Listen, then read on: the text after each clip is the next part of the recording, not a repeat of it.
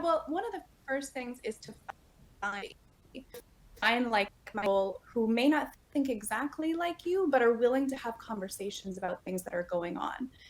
To not just stay on social media in censored areas or stay in your traditional groups of your coworkers and your neighbors, but to really seek out other people who are challenging what's happening.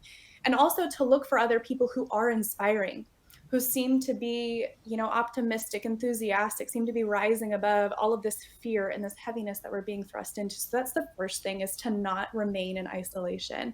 Get connected, jump into a platform or a space where you can be with other people and see, okay, we're not alone. There is a power here, because when two or more people come together, we hold all the power. We create the energy. We considerably come up with ideas and move forward.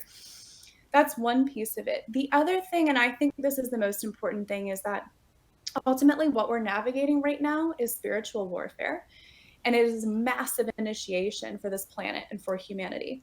And you are not going to find your comfort in this material world right now.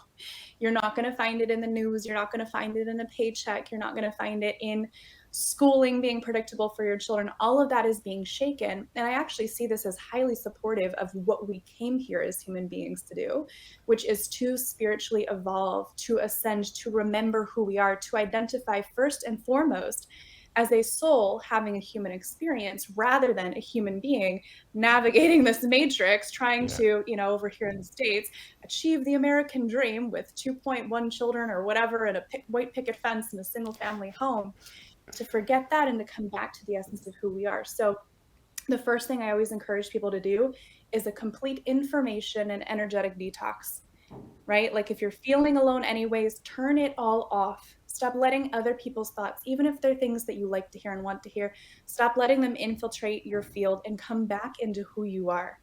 Sit in stillness, feel the emotions that come up when you're alone, the fear, the anger, the confusion. Witness your own thoughts, whether they're thoughts of your own or, fears that you have from the past and things you've experienced, or things that other people have told you, things you've heard on the news. Let those unfold, unravel, and sit in stillness and just come into the center of who you are, your own home, your own frequency. And what you're going to start to do over time is, in the beginning, it's kind of loud and overwhelming because you're having to face a lot of internal stuff that, when you're distracted by the world and when you're just consuming content, you can kind of band-aid over it and ignore it.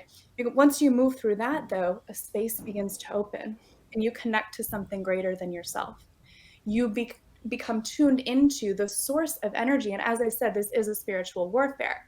The other side is out here harvesting energy from people who are not tuned into their own source, to people who have the seat of their higher self is completely vacant. So it's being harvested. But when you tune, given energy, you're given life force, you're given hope, and you will be guided on specifically how to navigate your life so that you do not remain further trapped in this global control system. One of the things they have over us, because there's been so much teaching about being responsible, being a provider for your children, having security in certain, monetary things. But first of all, that's being ripped away from us and toyed with, like I said, wave after wave.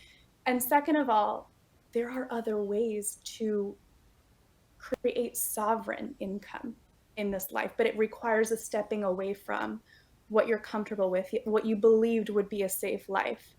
Maybe the life you embarked on when you graduated from school and went to college or took your first job. So come into yourself, tune in greater than yourself, and you into a source of power that will always, always win and will never be wrong.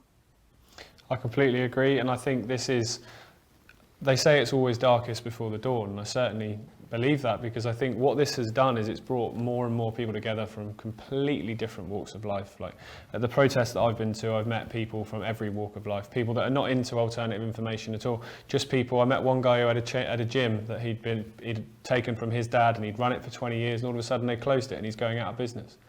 So he's done nothing wrong, and all of a sudden basically the government have decided that he can't earn a living anymore, and his whole life's been ripped upside down.